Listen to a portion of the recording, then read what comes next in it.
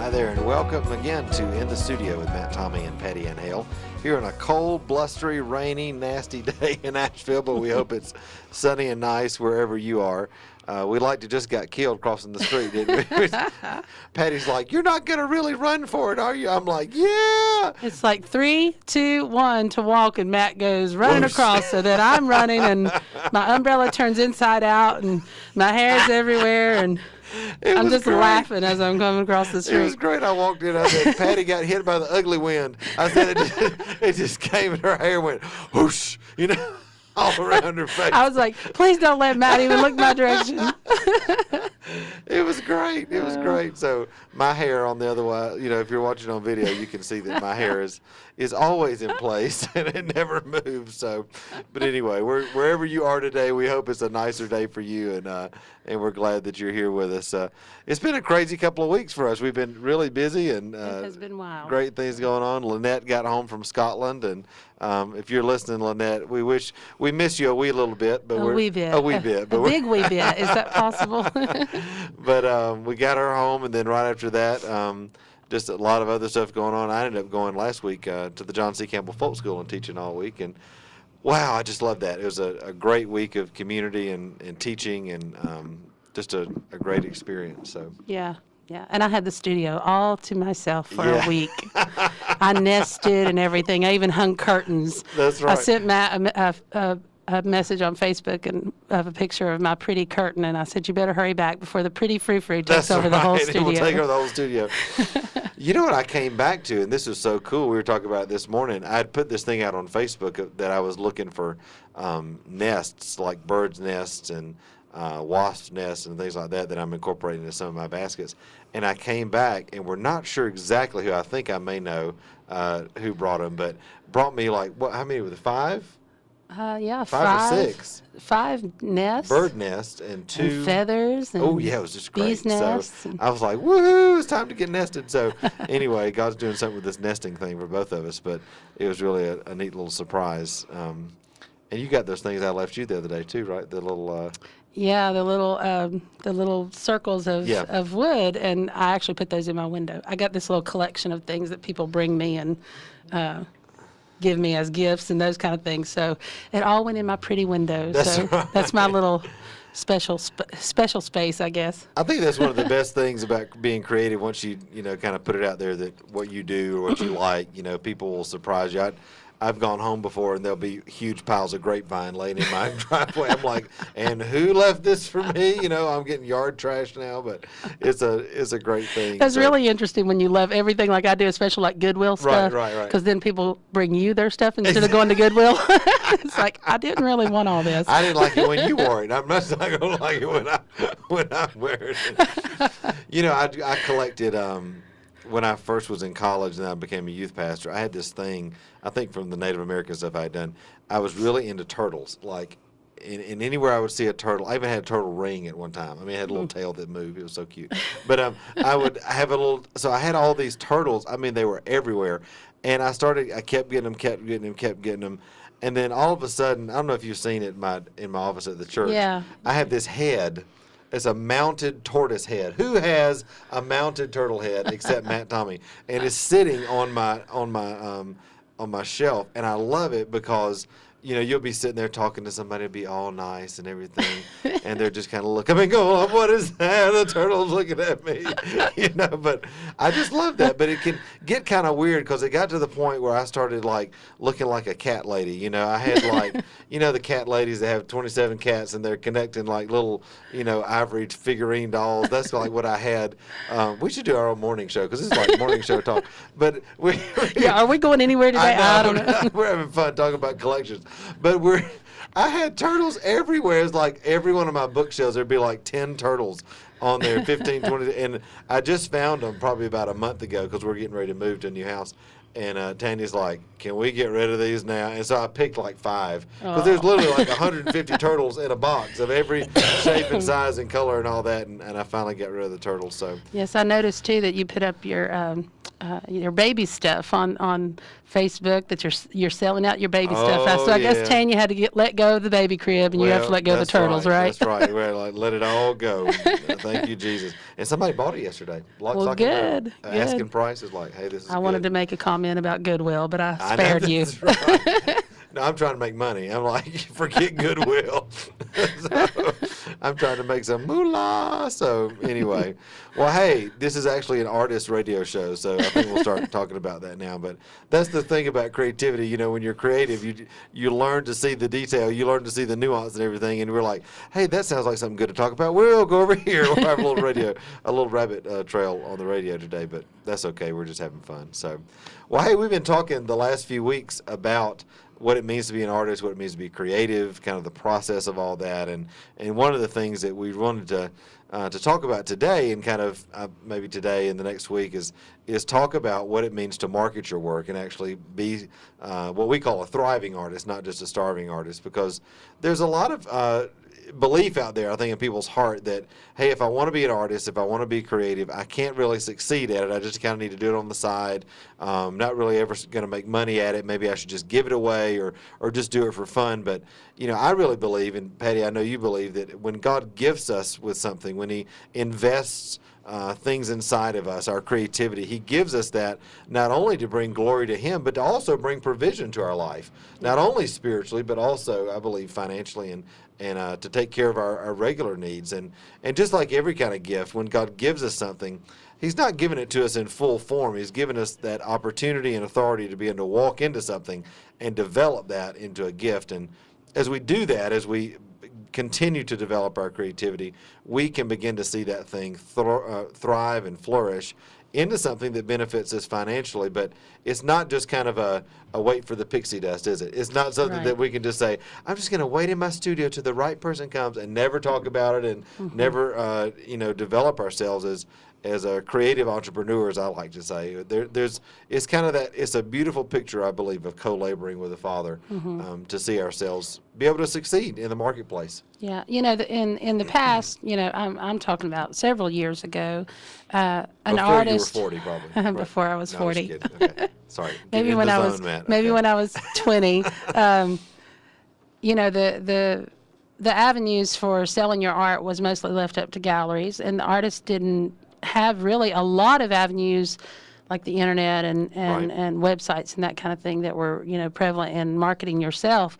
And so I think there's been a shift in all of the arts, but with visual art and especially music, of being more independent and marketing yourself and selling from your studio and having your own gallery and that kind of thing. Whereas in the past, you did have your zone and you left all the business up to other people. But I think I know just... And they got all the money. Yes, they did. They got a lot of the money.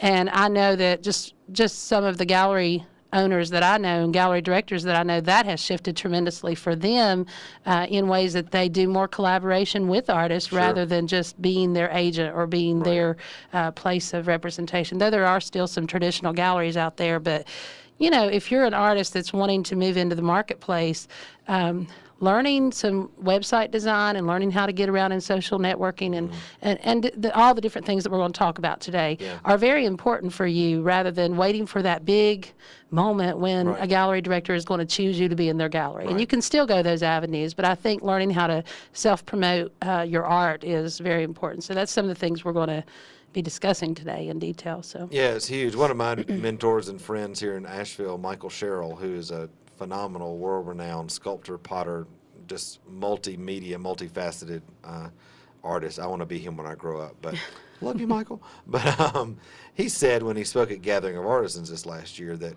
he remembers when he got invited to put a piece in the White House, how important and what a milestone that is for an artist. But he said it's not like everybody was beating down my door the next day coming to buy my work and like everything changed, like I didn't have to make great work anymore. It's just one more step in the process. And I think there really is no silver bullet when it comes to marketing your art and when it comes to thriving as an artist. It's just like life. It's just putting one step in front of the next every day, doing the things diligently that God's called you to do, walking through the doors that he opens for you. And before long, you look around and you're going, hey, I'm living the dream. I'm doing the thing that I love, and it's in a way that there's not the pressure, there's not the striving, but you're really able to do things in a beautiful way that are in your flow and in line with how you operate, not trying to be something that you weren't created to be.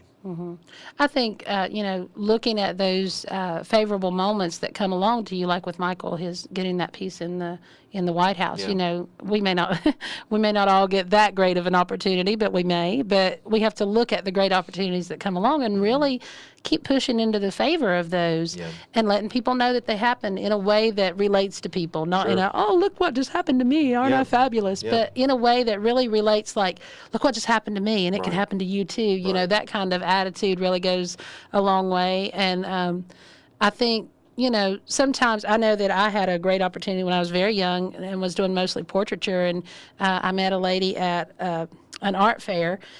And it was such a terrible experience, that art fair. I felt like I was selling lollipops on the side of the street or something. I was like, I will never do one of these again. And but in that, I met a lady, and it was a festival, it was at Claytor Lake in Virginia, and it was an outdoor arts and crafts festival. And I met this lady who wanted to have a portrait of her grandchild. Right. And so we switched her, gave her my contact information, that kind of thing. We switched numbers and that kind of thing. And so we talked, and I had probably 3 conversations with her before I recognized that she was the mother of Ward and Jeff Burton, which were NASCAR drivers. Wow. And she's talking about her son's racing schedule, and we would need to work around that. Well, I'm thinking some little drag racing local, And then she drops his name, and so then I'm like, that sounds familiar, because my dad loved NASCAR. And so I called my brother-in-law. I couldn't even get Wayne on the phone. I called my brother-in-law, and I'm like, who's Jeff Burton? Is this somebody famous like this? Who is this? He's a race car driver? And he's like, yes, he's a race car driver. And so it was like one of those opportunities that was like crazy. So I ended up doing 3 of the grandchildren and meeting them, and they were wonderful people, beautiful people. And but I never really did much with that. Like, for years I wouldn't talk about it because I was almost like, oh gosh, who am I to even talk about that? I don't want to brag about that. I don't want to be conceited about that. And so I didn't know much about marketing at that point. Right. And I really could have probably pursued those avenues a little more and pushed into that favor, and probably would have done more in portraiture if I had used that opportunity as a way to meet more people and make more connections and build more relationships. And so you really need to look at, I think, off the beginning of the show here today, is just to really look for what God's blessing you with and push into the favor. You always say that. That's right. Follow the favor. That's what I say, because it really is. It is the way that the kingdom operates. It's based in relationship. And I love this quote, although I don't believe he's a Christian, Wayne Dyer. He said, abundance is not something that we acquire. It's something that we tune into. And I really believe that, as when we talk about abundance in the kingdom and the good plans that the Father has for us, the intent that the Father has for our lives and our creativity, it isn't something that we have to go and get, but it is something that we can tune into. Something I like to say that, God's always pouring out. He's always speaking. He's always loving and ministering. He's always pouring out His glory. Pouring out opportunity, pouring out relationship, and it's up to us whether we get under that. And we get under that waterfall of Him pouring out, and whether we are tuning in. It's like that old, song, turn your radio on, and listen to the music in the air. It's like God's always speaking, He's always giving things that we can tune into. And abundance is really a huge part, I believe, of what God has for creative people and for all of us in the kingdom, actually, because we're His sons and daughters. He's designed us that we would not have to be paupers or starving, or He's not a father that when we ask for bread He gives us a stone, or that's not Him. And yet that's the mindset that we have to kind of scrape out a living. But I just encourage everybody today to recalculate that mindset from a lack mentality, from a starving artist mentality, to one that's based in being a son and a daughter, to one that says, you know what, my daddy owns the cattle on 1,000 hills. He takes care of me more than He takes care of the sparrows and the lilies of the field. How much more is He going to provide for me? And all the things that I need for life and godliness, everything I can take and I can appropriate for myself through His precious promises, and bring that into my life and experience abundance. And when you look at marketing and you look at, see, I don't want to separate those, because when my whole shtick on marketing, my whole belief in marketing is that I'm just telling my story and waiting until the right person hears it. You know, I'm just being who I am, expecting that abundance is going to come to me, because that is my portion. That's what I've been designed for. That's my inheritance in the Lord. And so I have no stress in, is my work too expensive? Am I going to sell it? Am I not going to get in that show? If I don't get in the show, great. I'm not supposed to be in that show. Right. You know, if you don't buy the work, I'm closer to the person that is. You know, I have that mentality that I'm expecting, not out of pride, but out of just a real settledness in my heart that my daddy loves me, and I'm gonna experience every good thing that he has for me. And that right there will shift something in the spirit, I think, that will allow you to walk into abundance and flourish as an artist in ways that you never have before. Yeah, that's awesome. I remember, I remember when you told me a few months ago, when, you know, most everybody that knows me knows that I love finding little treasures and finding gifts, and I feel like that's the Lord's heart towards me, is to give me, you know, a beautiful leaf or a feather from a duck that's, you know, been lost and it's there on the ground, those kind of things. Affleck. We can't advertise. This is a nonprofit show. And so I remember you telling me to look at each sale like that. Like when I would sell a painting, to not be in a wrestle like, well, did I charge enough? Should I sell that piece? You know, on and on about the marketing or the sellability of my work, but to look at it like, you know, the Lord's gifts to me. That's and right. To look at each one, you know, when I put that price on there, to look at it as the Lord wants to give me a gift. And That's if he's right. putting money in my hand or a leaf, it's Right. still a gift from the Lord. Or a connection, right? Or a connection, yeah. Well, we're getting started in a good way today, and it's going to be a great show talking about marketing and talking about just what it means to thrive as a creative person in the kingdom. So don't go anywhere. Get you a cup of coffee. We're going to be right back here on In the Studio.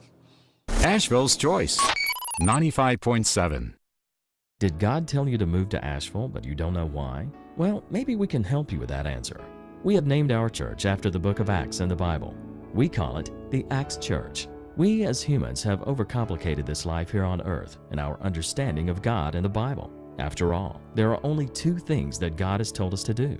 We are to love Him and to love each other. Come as you are and meet the love of a lifetime. His name is Jesus Christ. Visit us at actschurchasheville.com. The world loves thrift stores, and we've just opened one. Acts 2 Thrift Store, sponsored by the Acts Church, is now located at Business Park South on Sweden Creek Road. We have everything from furniture to clothes, tools to toys. We're open Wednesday through Saturday, and we welcome your donation items as well. Just follow the signs to Act 2 Thrift Store. Where do you turn for Christian concerts and events?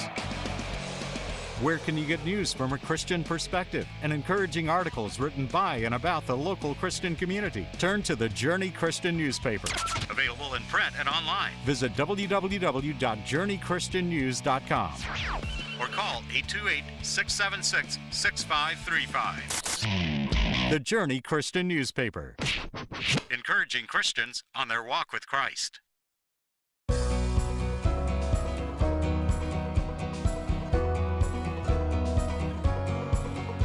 We're back here today on In the Studio here at 95.7 The Choice. You're here with Matt Tommy and Pattie Ann Hale. We're here every Monday, or most Mondays anyway, talking about what it means to cultivate a successful creative life. And this week we're talking about really what it means to thrive as an artist, as a creative person, not only in the spiritual and creative aspects, but also in the practical, in the financial and the marketing end of things, so that you can not only have passion for what you do, but also really see success come your way in that. And we've just been talking about that whole idea of having an abundance mindset, that mindset that we are sons and daughters, that we have an inheritance in the Lord, that His desire for us is to thrive and to be abundant and to have success in the things that we do, and not have to struggle and fret and wonder, what am I doing, and all that. That's not our inheritance. And I can remember as I began to grow in that, you kind of begin to get a confidence that comes with you. And I can remember that sinking feeling in the pit of my stomach that happened when I realized that there were other people out there there were other people that were doing the same thing that I was doing. And I was like, oh no, well, what if there's another basket maker out there? Oh no, and then you realize, okay, there are thousands of basket makers out there. There are thousands, hundreds of thousands of musicians. There are all these other people. What does this mean for me? You know, will anybody buy my work? What makes, and it kind of begins to beg the question, number one, you know, okay, do I trust the Lord? Am I confident in what He's given me creatively? But it also kind of begins to press the question of what I call the unique selling proposition, which is, what is it that makes you you? And what is it that makes your work your work? Because at the end of the day, you know, like for me as a basket maker, you can go buy a basket at Walmart for $3. But you can Not also, a nice basket. Not a nice basket. But you can also come to my studio and come and buy one for $1,200. Now, what's the difference in buying a $1,200 basket and a $3 basket at Walmart? Well, there's a lot of difference.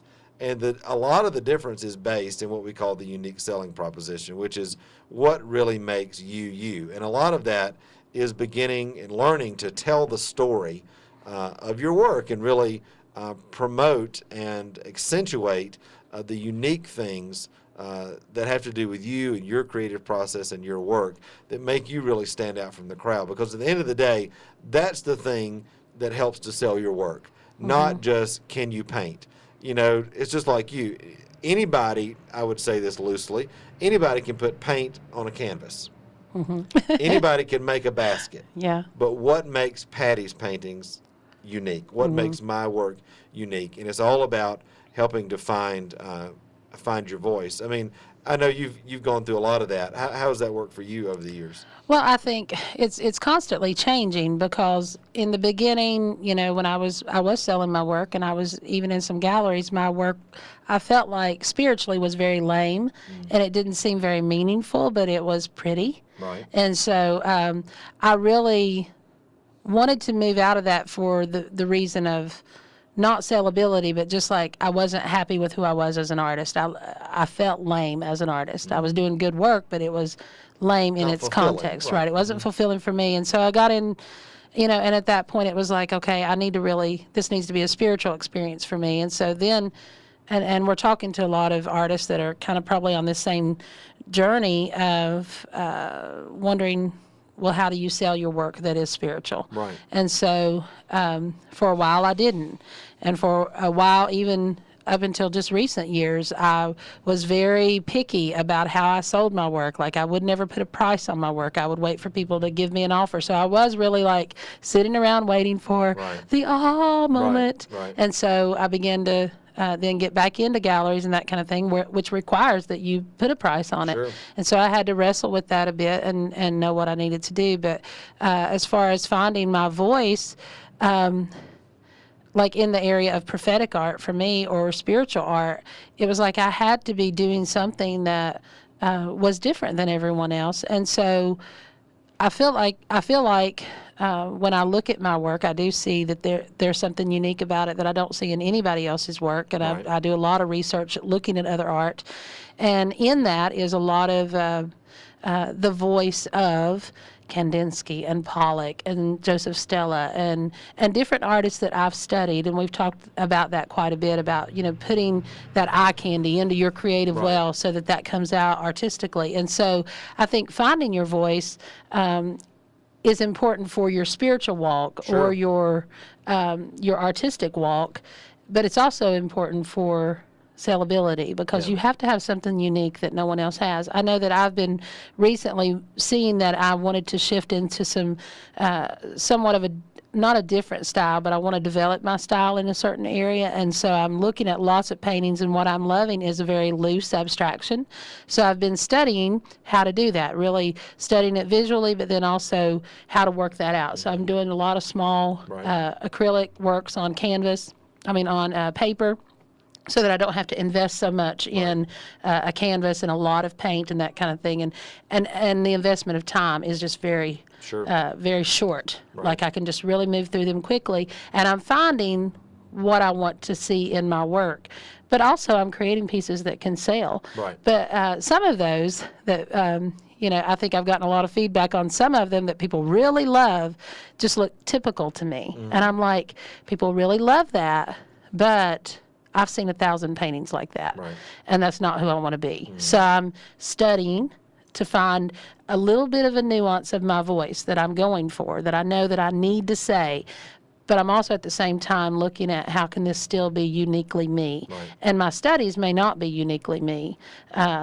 I may have to find it before I Sure. find the uniqueness of my voice in that. So I don't know if that made a lot of sense because I kind of rambled around, but basically what I'm saying is your voice has to be strong, and don't ever sell out. Don't ever cop out just because your work will sell. We've talked about that Yeah. some actually this morning in the studio and on the drive up. But Yeah, it's important. And I think also, being able to take a number of different ideas, like you're saying, you're in a place now, but you're also seeing something that you want. So how does that intersection of ideas work out for me in my work right now? Where does it push me toward? And I'm in the same place, with my work, doing a little bit of encaustic things, but also doing some more open work, netted work, even some random weave, and experimenting with nests right now. I'm taking what I know and taking my voice, but I'm pushing it in an area. And a lot of times it's about narrowing, continuing to simplify, right? Only the necessary things. We say, let's continue to take our voice into that place. And that's, I think, when it gets really clear and it begins to develop that unique selling proposition of, okay, that's a Pattie Ann Hale, that's a Matt Tommy, that's a whatever. And I think it's so important too to communicate that. For me, I'm such a teacher that I want to communicate the process to people that I'm in relationship with, either online or in real relationship with. I really want to communicate what's going on with my art, but I think it's very important too to communicate that to your collectors and to your market area. Yes. That you are going through this transition, and people love that. Oh, People want to know the artist. When they buy a piece of art, they're not just buying a product most of the time, especially if they're going to pay $1,200 for it. Right. They want a piece of that artist as well. Sure. And they like knowing about your process. I know when people come into the studio, they love to hear about how you harvest kudzu and what that's like, and they love to see the raw materials. The same with me. They love to talk to me about the elements that I use, especially collage elements and that kind of thing, and they like to hear the story. And so that's one of the biggest things that is working for artists right now as they're promoting themselves and selling their own work and selling from their studio or from their gallery, is that someone walking in off the street gets to have a little glimpse of that artist's life. And people that buy art and collect art, they really value that. They like to know what the artist is processing and what the statement is and what it means to the artist, because they're buying a piece of that as well. The emotional value is important to most buyers. Right. So. Yeah, the process is important. The creative process, and then also what I love the most is processing the payment at the end. Check, cash, the or swiping of the credit card. So that's what it leads to that, and it's a wonderful thing. So. Sorry, I took it off into No, that's fine. There. I had to bring it back. We are talking about selling today. Somebody's got to pay for the canvas that in the studio space. But a couple of things that I just signposts that I give people, when you're talking about your unique selling proposition, number one, what makes your art, your business, whatever it is, stand out from the crowd? Why should somebody want to buy from you in particular? And also, what differentiates you from other artists that are doing the same type of art? You put 10 paintings up on the wall. What makes your work, what makes it unique? And at the end of the day, many times, it is the process. It is the connection with the story, or the connection with the material, or with the process that somebody, or with the artist. I mean, a lot of people buy stuff because they like you. And you can't overstate that. I'm not saying we should have personality-driven art, but there's an artist here in town that, when they paint, it's all about the show. And a lot of people, I think they like that. They like that connection with, we saw this guy and he was painting, it was blah, blah, blah, blah. And we went, and so they can connect with that, in a way. And obviously there's deeper ways to connect as well. But finding that connection with your audience is really huge, and cultivating that over time. So I know that I saw a new show that was up at the Blue Spiral here in Asheville the other night. I can't remember the artist's name, but his first name's Peter, and he has this beautiful show of abstracts that are just gorgeous, very ethereal looking abstracts. Well, when I talked with him, I was like, I fell so in love with the art. I noticed that he was kind of meandering around talking to people, and I was like, I've got to talk to this guy. I want to hear about his process. And what I was noticing in his work was these shapes, almost like map-like shapes that was in the abstraction. The abstraction was very loose and beautiful, like what I'm really loving right now. But within that, there were these almost like mapping kind of shapes. And so when I talked to him, he's actually an architect. Wow. And so he does blueprints. Wow. And so Imagine that. he said that, he has thousands of these doodles that he does in his sketchbooks of, or maybe he said hundreds, but of these shapes that he does just randomly, almost like a doodle in his sketchbook, and he will actually project those onto the canvas and begin the painting from there, and then go very loose with it. And then he'll superimpose another one onto the canvas, and it just kind of develops this blueprint kind of look, but in a very soft way that you would never think blueprint when you look at it, but it does have that nuance. And so within that, he's finding his voice out of who he is. He's an architect.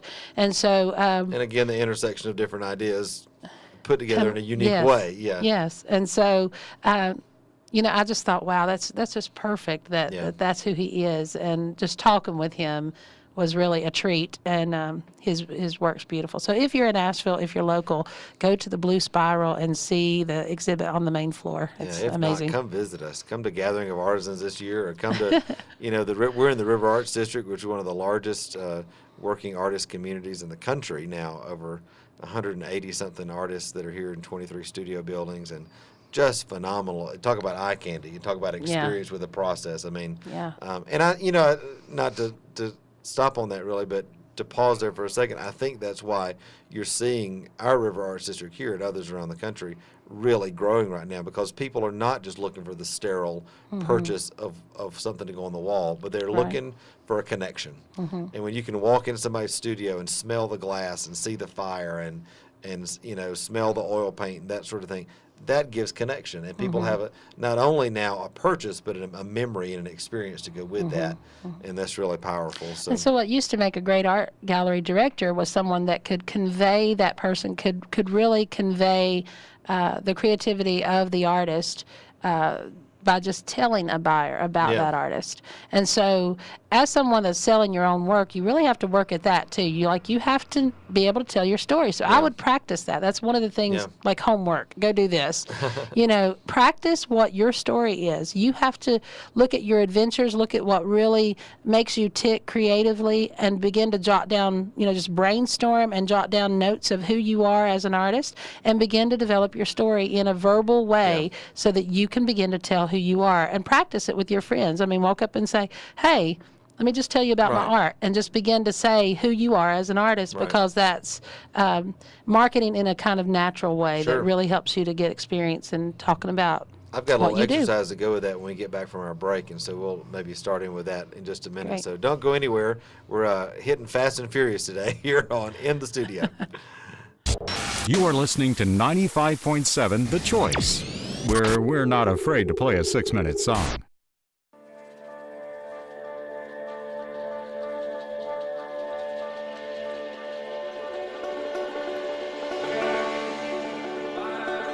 What is the center of your universe? Has that brought you true satisfaction? The center of your universe will determine if you are truly satisfied. Jesus is the center of the universe, the source of all satisfaction. Curious? Explore Centrality, weekly opportunities at 5 p.m. at 12 South French Broad Avenue in the Cornerstone Church Sanctuary. For more info, go to www.centralitychurchasheville.org.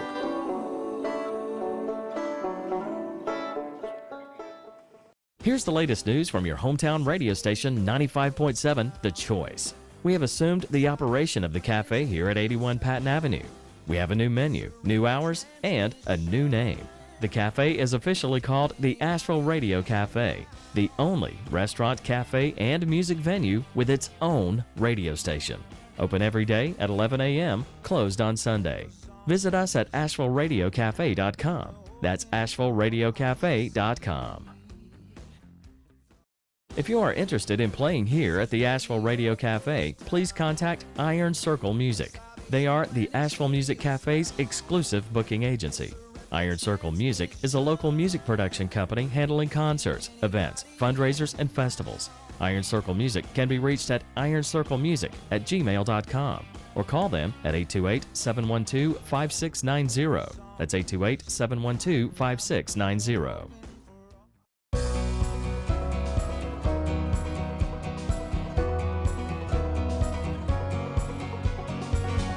And you're back today with Matt, Tommy, and Pattie Ann Hale here on In the Studio.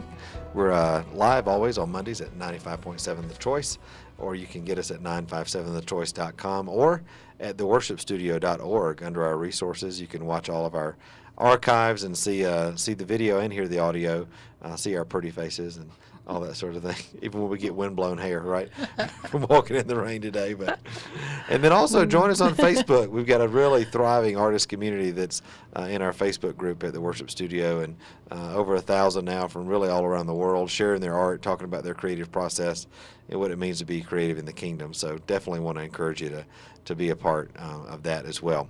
Well, hey, we were just talking about, what it means to tell your story and your unique selling proposition and all that sort of thing. And one of the things I always tell people when you're learning to tell your story is you don't want to be like a dump truck, because a lot of times you see people that are like, hey, let me tell you, here's everything about me, and aren't you interested in all this sort of thing? And it's kind of like the art of conversation. You have to kind of learn that, especially when it comes to your art or your music or whatever it is. And so I had a business coach tell me one time, he said, when you're telling people your stuff, you're about your art, about your business, whatever it is, you want to kind of give it to them in pieces and let them respond. Yeah. Because, you want to dance with the people that want to dance with you. And if somebody's not dancing, don't waste your time. Right. And so, like, if somebody asks me, oh, Matt, what do you do? I say, oh, well, I'm a basket maker. That's and I may say, I'm a basket maker. I make baskets out of, vines and tree bark. And I'll just shut up. That's my 3 second. Right. Just kind of, and usually they'll go, oh, wow, that's really cool. So how does that work? Do you go out in the woods, whatever? And then I go into my 30 second. So 3 seconds, 30 seconds. You are so programmed. I know it. You are giving your secrets away. That's right. And so my 30 second is, I'll start telling about, well, I go out in the woods and I harvest kudzu, I pull vines out of the trees. Then the summer I get bark, and I just kind of tell them, a little bit about the process. And if they're interested, again, they'll say, wow, so how long you been doing that? Or, they'll just kind of, and then I can kind of go into my 3 minute, which is, again, so I do a 3 second, a 30 second. I've never heard you talk about this. It's funny. And a 3 minute. And it allows me, because a lot of times what artists do is we immediately jump into the 3 minute and people glaze over. Yeah. Yeah. And we totally overwhelm them with information that they weren't ready. As opposed to, one of the big things in marketing is answer the questions that people are asking. If they're not asking the questions, then don't answer them. But if they are, give them the information that they want. So what you're doing is, by doing a 3 second, a 30 second, and a 3 minute, you're feeding them information and you're piquing their interest. Yeah. So what it does, it builds conversation, and they begin to think the whole thing's their idea. And when really you're feeding them information and giving them more stuff to ask you questions about. And what happens in many cases where somebody may just be superficially interested, now when you begin to share your story, they begin to be genuinely interested, and it could result in sales or referrals or whatever. But it's just a way to begin to build relationship with people in a way. And again, not everybody's a good conversationalist, where I may just do that naturally. So I've heard so many artists that come up to me, Matt, you're like Mr. Personality, you can talk to a rock and da-da-da-da-da, how do I do that as somebody that just wants to sit in the studio and paint all day? Well, a little tool like that, 3 second, 30 second, 3 minute, just kind of rehearsing those around in your mind is a really easy way to develop conversation and share your story. So that's really awesome. Yeah. I've never heard it put that way. And me, it's like, oh, you're interested? Let's go for the 30 minute. Let's have a 30-minute conversation away. I have a small intro video that I'd like to share with you about this. But and do you love me? I just love you. Right, Give me a hug. Can I pray for you right now? Oh, Lord. Yeah. So yeah, that actually is right. that actually is very, very helpful. Yeah. Because, I have people coming in the studio all the time, and if they're interested, I'll just kind of naturally go in a conversation. A lot of times they walk out and I'm like, that was a great conversation, but I didn't mention anything about, I just spent 30 minutes talking to someone, which was great, but I didn't say a thing about how to sell my work. I didn't make any kind of advance to actually see them walking out the door with a piece of work. And then sometimes I do that purposefully, and then I feel kind of, I don't really know if I liked that experience. And so what you're saying, to dance with the person, is very interesting to me, and I'm sure to other people as well. And you do really have a grace for that. But I guess it's more than a grace. It's something you've developed. Process, You've learned it. Yeah. So awesome. Yeah, props to my business coach back in the day, Claude Beaudry. Woo, he's awesome. So he changed my life. It was like Tandy and I did that for 2 years. He coached our advertising agency in Atlanta, and it was like we got an MBA. Honestly, in 2 years, we met with him every week for 2 hours, coaching us on business and on how to interact with people and how to build our business, be profitable, all that thing. And so much of what I share nowadays comes from that experience, and I think that's huge. When I look back on it, I'm like, you don't always realize the full gravity of things when you go through them, but I look back at that and just the ability, the willingness for us to say, hey, we need help. I had grown a business, a successful business, to the place where I knew I could grow it to. And within 3 months, he came in and we tripled that business. Wow. And it was like, whoa. And it was through little stuff like that, and little stuff about knowing your numbers and knowing pricing and that, just some basic stuff that we did. And that's why I'm like, I try to demystify, I guess, all of this stuff about selling your work and being successful, because a lot of times we think, well, they're lucky and I'm not, or God's for them and he's not for me, or I'm just supposed to be on the sidelines. And that's not the case. There's some just basic things that you can learn how to do, and I just see it as enlarging your capacity for God to blow through your work. When you give him more to use in your life, then there's more for him to bring your way. So yeah, and what I love about that too is that it takes out the car salesmanship kind of what I want to say a word, but I want that horrible stuff, that makes you feel yucky. That's right. That's right. It takes that away, and it really allows for true relationship to build. And we have a lot of people coming in the studio, especially during the summer. We have so many just tourists that are just stopping through, and I'm like, I know I'm not going to build a relationship with them. Do I want to take 30 minutes out of my creative time and just have a conversation with them, or do I want them to become a collector? And so if I want them to become a collector, I think they're like what you're sharing, there needs to be a strategy of how to do that, but also to be able to engage with every person that comes through the studio, because we have a lot of people coming through, and it's like my tendency is to, if I engage, I'm engaged, and I'm 30 minutes in a conversation, and that's all I would get done all day is just talking to people. And so that principle, what you said, that 3 second, 3 minute, or 3 second, 30 second, 3 minute, that's awesome. That is a great tool. You got any more?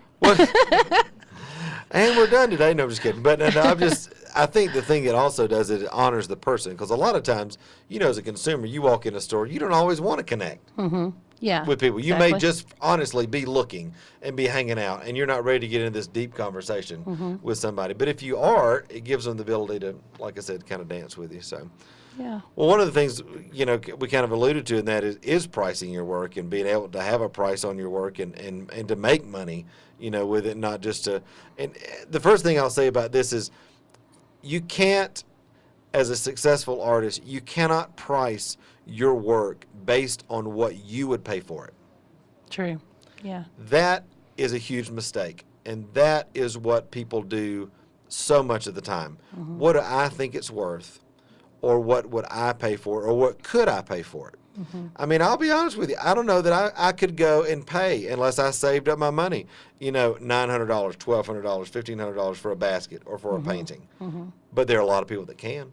Yeah. There are the people that have bought my most expensive work have typically not only bought one piece, but have bought multiple pieces at the same time and have never looked at the price tag. Right.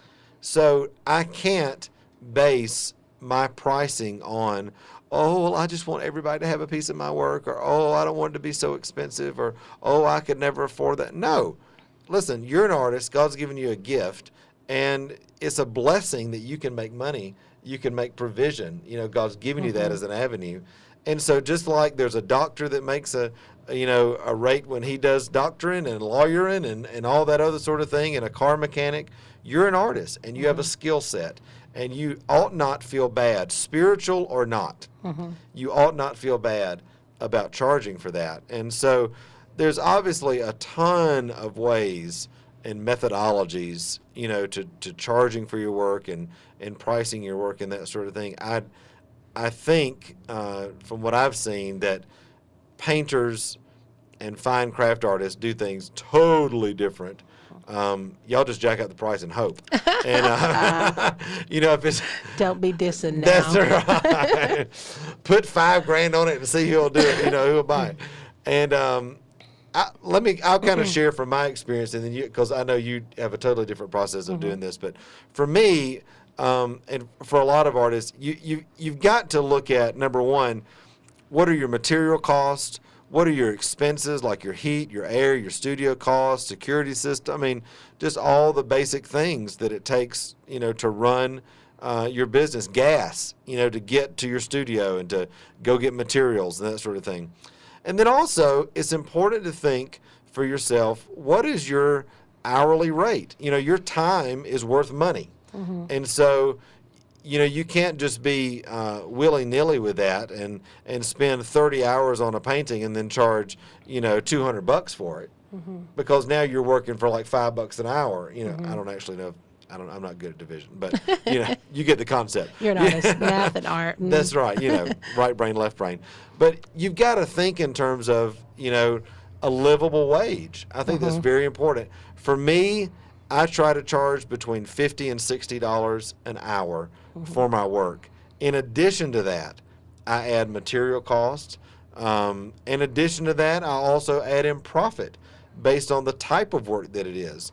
Because I know that for my sculptural work, because it's seen as art as opposed to just functional, people will pay more for it. Exactly. So I add in all of that kind of goes in to making a profit and to making a number. And then that becomes my price, either my wholesale price or my retail price. Now, a wholesale price, if you're selling to galleries, you just cut 50% off of your price. So if my retail hourly rate is $50 or $60 an hour, that means my wholesale rate is $25 to $30 an hour. Now, am I willing to work for $25 or $30 an hour? Right. Because that becomes the question. So don't ever, I would recommend for people, especially if you're wanting to work in the wholesale arena and sell in galleries, you got to think about that wholesale rate first. Build your retail from your wholesale. Okay, can I make money? Can I live? Can I do what I'm wanting to do creatively based on that wholesale rate, 25, 30, 15, whatever it is for you? And then whatever that is, double that for retail. And the issue becomes then also when you're selling in your gallery, when you're selling at craft shows or art shows, or when you're doing an exhibit or whatever, you've got to maintain then that pricing across the board. Very important. To keep your integrity there. So that's kind of how I do it. I know we got to take a break, and I want to hear what you've got to say about that on how you price on the other end, because there's other methodologies, and so let's kind of hear both of those. So we'll be back for our last segment here on In the Studio.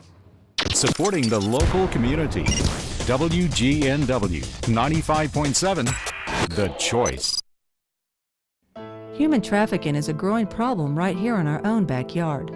According to the U.S. Department of Justice, the average entry age into prostitution in the U.S. is just 13 years old. Each year, over 300,000 youth are sexually exploited.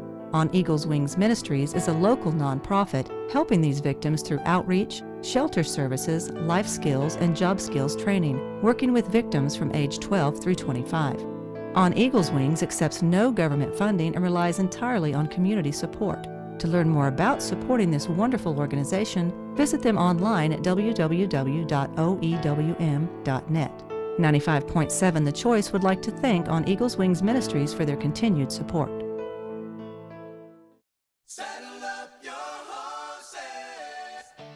Are you ready for the ride of your life? Then fasten your seatbelt. We're heading down the highway for a wide open, full throttle encounter with God. You heard it right. That is the great adventure. It's a journey into the heart of God. Nothing, absolutely nothing, not landing an F-16 on an aircraft carrier, not shooting Class 5 rapids in a rubber raft, not bungee jumping from a bridge. Nothing is like exploring a limitless God. Developing an intimate connection with Him that transforms your life now and for eternity. Our roadmap for this trip is the Bible. Our Bible teacher, Dennis Thurman, directs us on the ride of our life. Catch it here on WGNW 95.7 at 11 on Sunday mornings. See you then for The Great Adventure. I'll pick you up after school. Okay, I got it. It's easy to take a day for granted. You and your family are connected by routine, and you stick to it. But what if a disaster strikes without warning? What if life as you know it has completely turned on its head? What if your day's routine is disrupted and you can't reach your family? Have you planned for that?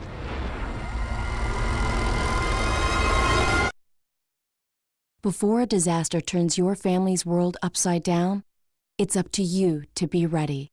Get a kit, make a plan, be informed today. Learn how at www.ready.gov. Ready.gov. This message brought to you by the Federal Emergency Management Agency and the Ad Council.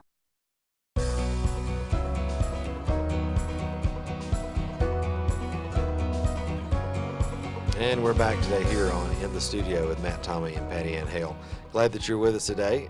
We're talking about what it means to thrive as an artist and be successful. And we're always talking about that on this show, really cultivating a successful creative life. But today, kind of jumping into some of the details. And in our last segment here, we've been talking about pricing and pricing your work, being able to make money and make a living wage from what you do creatively. And if you missed the first segment, go back and listen to it on our website at theworshipstudio.org. You can see the archive there, or at 957thechoice.com. But I gave kind of what I do for pricing my work and wholesale versus retail. But I wanted to hear from you, Pattie, because I know you have a different methodology, and a lot of time painters have a different methodology in fine artists or what they're doing. So tell us a little bit about your world. Well, I think in fine art and also in fine craft, especially as you become known, so much of what you do is based on your reputation. That's right. And what your competition is. And that can be very varied,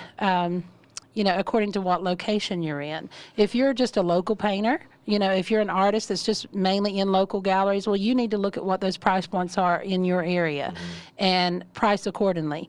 You also have to know what your market is. Do people know who you are? Are you a beginner painter that thinks you're as good as someone that's been, and I say think because you probably aren't, but that thinks you're as good as someone that's been painting for 30 years? Well, my gallery director hat comes out when I start talking about pricing, and I get questions about pricing probably more than anything when people find out that I've had that history. And so I am very tough on that one.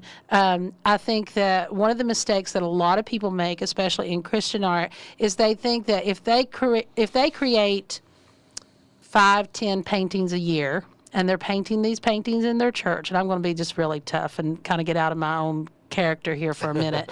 But they think they're doing these paintings in church, or they're doing these things as, their experience with the Lord, and they create 10 paintings a year. And they look at other artists who are professional artists as well, but are also Christian artists, who are charging maybe $1,000 for a painting. maybe a 20 by 24 painting, $1,000. And they look at that and they say, oh, well, the Lord blessed me in that experience, just like he did that artist that's a professional artist that's charging $1,000, so I can charge $1,000. Right. No, you can't. Right. Because your 10 paintings is not the investment that professional artist Right. is making in studio space, in materials, in crafting their voice, The body in of all work, of the right, things, sure. everything that you said, even down to how much gas are you putting in your vehicle to do the errands that you have to do to market Right. yourself. Right. And so you are not in the same place as someone who is doing it professionally. It's not the same investment. And so that's one of my pet peeves with Christian art or prophetic art, that people are charging these outlandish prices sometimes based on what they see other people doing that are doing it professionally. Right. And so that's one of the pitfalls that you could really get into. So price your work accordingly and be fair. The other thing is, if you've only been painting a year or two, you are not ready to charge the same price as someone that's been painting for 20 years. Right. Because most likely, unless you just have a divine, download from the Lord that's just, impressive, and other people, lots of other people think it's impressive, not just your church. Not just your mama. Not just your mama, not just your best friend or your spouse. You probably are not at the level artistically that you need to be in order to charge good money for your work. When you're looking at collectors, serious collectors, they are looking for certain skill and certain quality in a work.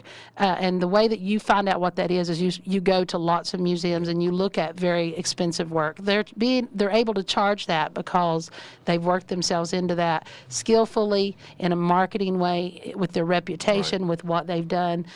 And there is a difference, and you can see it when you have that trained eye, and a gallery director has that trained eye, and a real collector has that trained eye. Yeah. And so I just think it's kind of unfair sometimes that just because, say if you see work that you really love in a gallery, spiritual or not spiritual work, and say the work's $3,000, and then you paint something in your church, same size, same colors, you use good paint, whatever, you think it's really wonderful, and someone has an experience with that painting and they ask you what the price is, and you think, oh, well, that other painting in the gallery was $3,000, so I'll charge $3,000. I just think that's unfair as a painter to charge someone that price. And a lot of times people will charge that, or they will pay that because they don't have a collector's trained eye, and they don't have a collector's trained budget.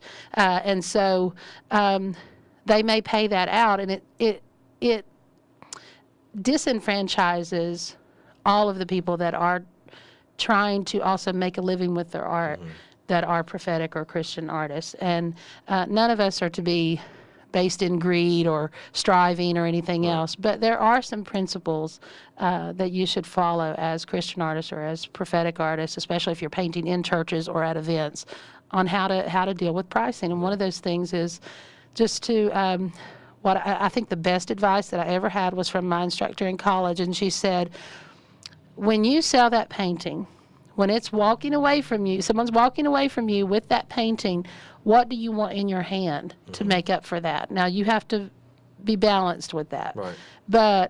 And you have to know how many paintings you're going to sell a month in order to make sense of that. But is it going to be a car payment? Is it going to be a rent payment? Is it going to get you 10 more canvases? What are you going to have in your hand that seems fair? Right. And that's where you're looking at the person walking away and what their budget is and what your budget needs to be and what seems fair and what feels like you're not getting ripped off, but you're not ripping somebody else off. I remember at the one same of my time. mentors told me, she said, because I was asking her the same question about pricing, and she said the thing that she's said over the years is, what would you make it for again? Yeah, that's very good. It's the same kind of thing. What do you want in your hand? So, and it also goes back, it's a great way to end the show with what we kind of said at the beginning. It's really about learning to cooperate with the Lord in the process, because what I'm charging now is not what I charged 10 years ago, is not what I charged 20 years ago.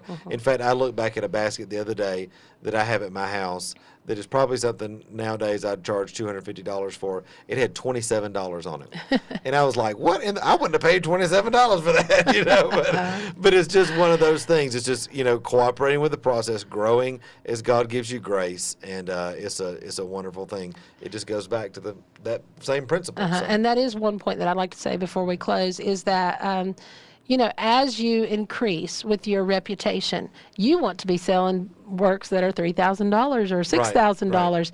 your pricing format of how many hours you have in that and that kind of thing is not going to work when you get that reputable. Right. And so then people are buying your name as well as your craft. Right. And so that's very important, is to know your reputation and to know what the demand is from the collectors that you have, and to build those relationships with those people and let it increase. We're going to talk about it next week, so join us next time here on In the Studio, and we'll see you next time. Bye-bye.